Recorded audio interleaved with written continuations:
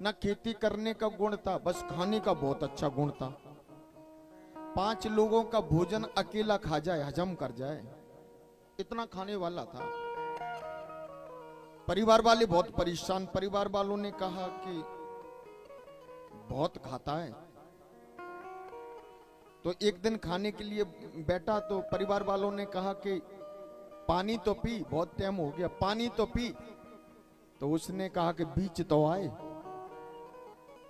परिवार वाले कहने लगे पानी तो पी। तो उसने कहा कि बीच तो आए। बताओ 1 घंटा खाते खाते है वो अभी वक्त बीच ही ना आयो। बीच में पानी पियो जाए तो बीच तो आए, और बीच ही ना आए, इतनो खाए। एक दिन का बहो द्वार पे संत आ गए। तो संतों से परिवार वालों ने कहा महाराज, जो हमारे घर में एक परिवार में एक बालक है, बहुत खाता है। संत महाराज ने कहा कि वो उतना खाता है जितना उसका खाता है, जितना उसके खाते में है, खाते से ज्यादा नहीं खाता। उसका इतना, जितना उसका खाता है उतना ही वो खाता है। परिवार वाले कहने लगे संत ने भी कुरान नहीं बताई। अब बहुत परेशान हो गए। काम करके लाए परिवार वाले, वो अकेला बैठ के खाए और कुछ करना ही आवे ही ना है। परिवार वालों ने कहा कि इसे घर से बाहर निकाल दो, तो बहुत अच्छा है। एक दिन क्या हुआ, घर से बाहर निकाल दिया उसे। और जैसे घर से बाहर निकालो कि अब तू किसी काम के नहीं है, काम के लायक नहीं है, तू घर से बाहर निकल जा। अब बेचारा चला गया, भोला, बिल्कुल सीधा। भाइयों ने घर से बाहर निकाल दिया, चला गया वो। और गांव के मेड़े पे पहुंचा, वो तो पुनः लौट करके फिर घर आ गया। घर लौट करके आ गया तो परिवार वालों ने कहा क्यों फिर लौट करके आ गया? तो बा ने बड़े भाव से कहा कि शायद मुझे निकाल के पछता रहे हो आप, महफिल में आ गया हूं इस ख्याल से। शायद मुझे निकाल के। परिवार वालों ने कहा तुझे निकाल के हम पछता नहीं रहे, हमें बड़ा सुकून मिल गो कि अच्छो चलो टर गो, पलाए टर गए। अब तो वो चला गया, लौट के नहीं आया। एक गांव के किनारे मंदिर मिल गया, जैसे श्री हनुमंत महाराज का मंदिर है, ऐसे एक मंदिर मिल गया। तो मंदिर के द्वार पे पुजारी जी खड़े हुए थे, बड़े टगले मोटे ताजी। पुजारी जी को देखा तो सोचने लगा पुजारी जी बहुत खाते होंगे, जैसे तगड़े हैं।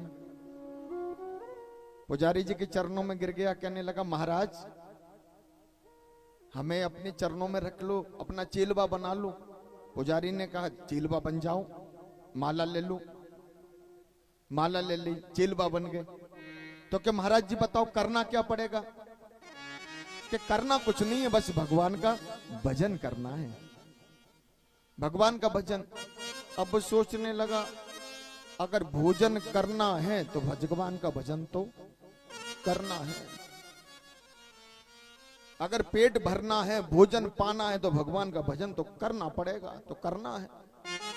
तो ठीक है महाराज भगवान का भजन तो कर लेंगे, हमें एक मंत्र दे दो, माला दे दो। मंत्र दे दिया, माला दे दी। भजन किया, 1 दिन किया, 2 दिन किया, धीरे धीरे 4 दिन किया। अच्छा पुजारी जी भूल गए थे कि एकादशी के दिन भोजन नहीं मिलता। पुजारी जी कहना भूल गए थे कि एकादशी के दिन और अन्न का भोजन नहीं मिलता, व्रत रहा जाता है। पर वो तो ऐसा भूखा भंडारी, 1 दिन 2 दिन तो बहुत अच्छा चला। आहा, सुबह ही उठा करके ने देखा तो भंडारी में गया तो जो भंडार बनाने वाले थे ना, उनके तो हाथ में माला लगी, जय श्री राम जय श्री राम जय श्री राम जय श्री राम जय श्री राम। जितने भी कार्यकर्ता वाले थे ना, साधु थे, सबके हाथ में कर में माला लगी है, जय श्री राम का सुमरन कर रहे थे। गुरुजी के पास में पहुंचा और गुरुजी के चरण कमलों में जाकर के नहीं नमन करने लगा। गुरुदेव आज भोजन नहीं बनेगा।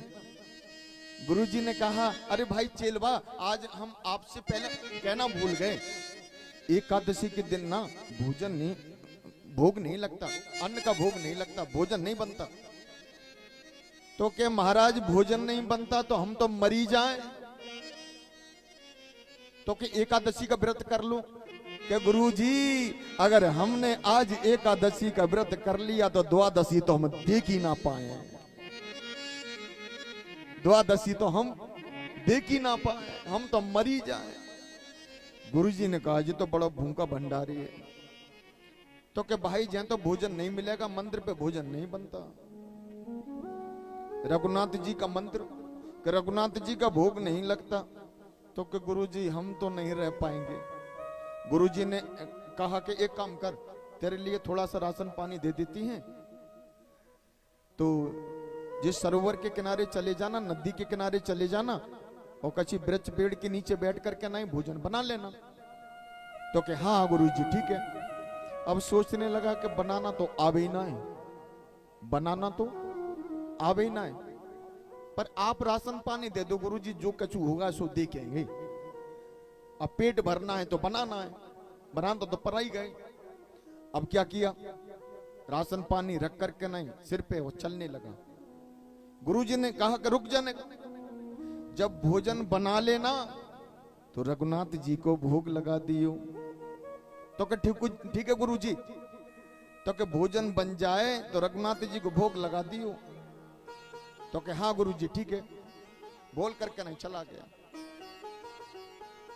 आहा, नदी के किनारे पहुंचा, बर्फ वृक्ष के नीचे बैठ करके नहीं और चूल्हा बनाया, चूल्हा बना करके लकड़ी बीन करके लाया, भोजन बनाने लगा। भोजन बनाया तो उसने सोचा रघुनाथ जी एक हैं, एक आते होंगे, बड़ा भोला था, बिल्कुल भोला। एक रघुनाथ जी आते होंगे, एक भगवान आते होंगे।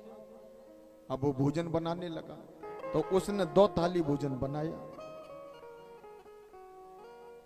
2 थाली भोजन बनाया, थाली सजा दी। अब कहने लगा पता नहीं गुरुजी किस भाव से बुलाते हैं, मुझ पे तो भाव भी नहीं है।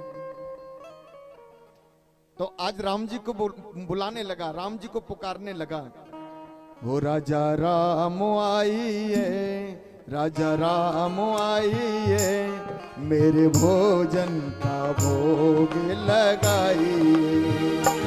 राजा राम आइए, राजा राम आइए, मेरे भोजन का भोग लगाइए।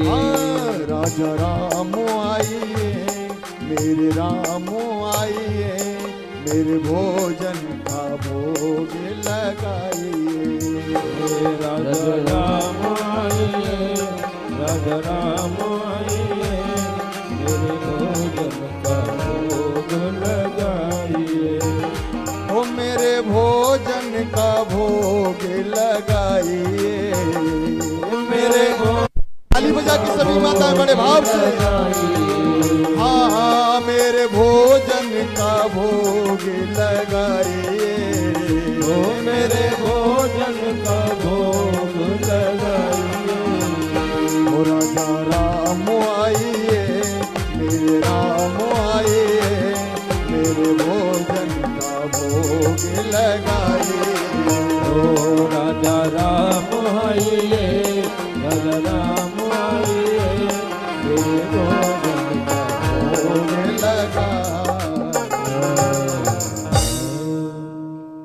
बड़ी अंतरात्मा से बुलाने लगा पर राम जी नहीं आए। अब राम जी नहीं आए तो अब भूख लगी जोर से। अब सोचने लगा राम जी नहीं आए, मेरे तो पेट में चूहा कूद रहे। तो सोचने लगा मेरा कोई भाव बनोना है, गुरुजी किसी और भाव से बुलाएं। राम जी नहीं आए। अब भाई बड़ो क्रोध आओ। अब क्रोध में कहने लगो कि मंदिर में तुम जाओगे प्रभु जी, भोजन ना मिल पाए। मंदिर में तुम जाओगे प्रभु जी, भोजन ना मिल पाए।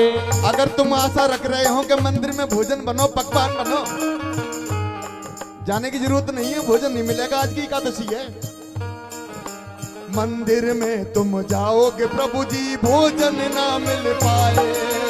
मंदिर में तुम जाओगे प्रभु जी भोजन ना मिल पाए। और सुन लो प्रभु, मंदिर में आज एकादशी है को न भोग लगाए। मंदिर में आज एकादशी है को न भोग लगाए। राजा रामो आइए, मेरे रामो आइए, मेरे भोजन का भोग लगाई। ये राजा राम हरि आए, बोल। सीता राम आए, मेरे भोजन का भोग लगाए। सुन के करुण पुकार भक्त की राम जी दौड़े आहा। राम जी प्रकट हो गए। आहा। अच्छा, राम जी भी आए तो अकेले नहीं आए, साथ जाने की लाए। जानकी मैया को लेकर के आए तो बाने ना देखो, भक्त ने ना देखो, भक्त ने तो राम जी को देखो। तो राम जी के चरणों में लेट गो, प्रभु बड़ी टाइम कर दी।